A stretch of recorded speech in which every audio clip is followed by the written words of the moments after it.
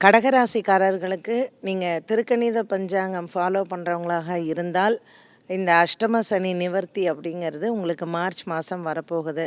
So இந்த 2025ஆம் ஆண்டில் இவ்வளோ வருஷம் நான் சனி பகவானால் கஷ்டப்பட்டேன், எனக்கு ஒரு பெரிய நிவர்த்தி வரும் அப்படிங்கிறது இந்த ஆண்டில் அவங்க பார்க்க போகிறாங்க.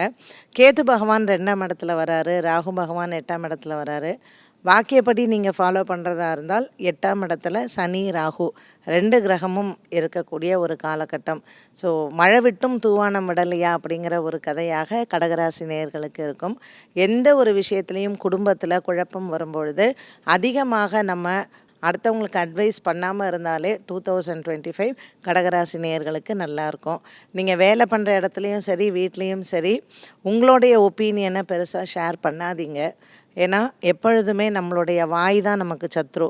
ஸோ பேசும்பொழுது ஏதாவது நம்ம நல்லது சொல்ல போக அதுவே சண்டையில் போய் முடிஞ்சிடும். அதனால் கணவன் மனைவி உறவு, அதுவும் குறிப்பாக இப்போ கல்யாணம் ஆகி 1 வருஷம் ஆகுது, இல்லை இந்த வருஷம்தான் கல்யாணம் பண்ண போகிறீங்க அப்படிலாம் இருக்கிறவங்க மற்றவங்களுக்கு அட்வைஸ் பண்ணுறதோ இல்லை மற்றவங்களுடைய விஷயத்தில் நம்ம போய் மூக்க நுழைக்கிறதோ, ஏன்னா விரயத்தில் வரக்கூடிய குரு பகவான் மற்றவங்களுக்கு போய் கடன் வாங்கி கொடுக்கறது, ஜாமீன் கையெழுத்து போடுறது, வீட்டில் கணவருக்கு தெரியாமல் மனைவிங்கெல்லாம் போய் பேங்க்கில் நகையை வச்சு அடகு வச்சு கொடுக்குறேன்னு சொல்கிறது.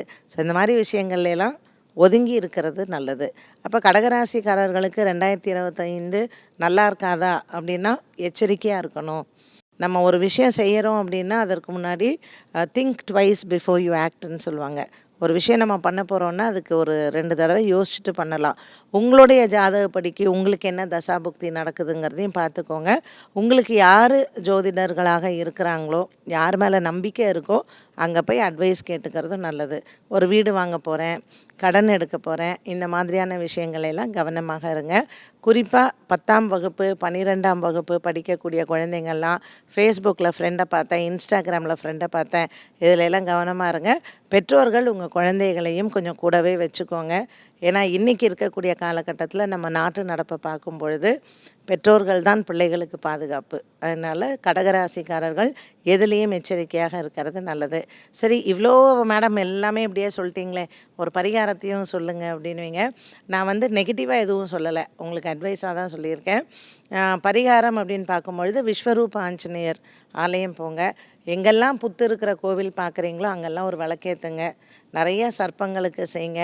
ஸோ நம்மளுடைய தன்னம்பிக்கையும் நம்மளுடைய பிளானிங்கும் நமக்கு எப்பொழுதுமே சிறப்பாக அமையும்.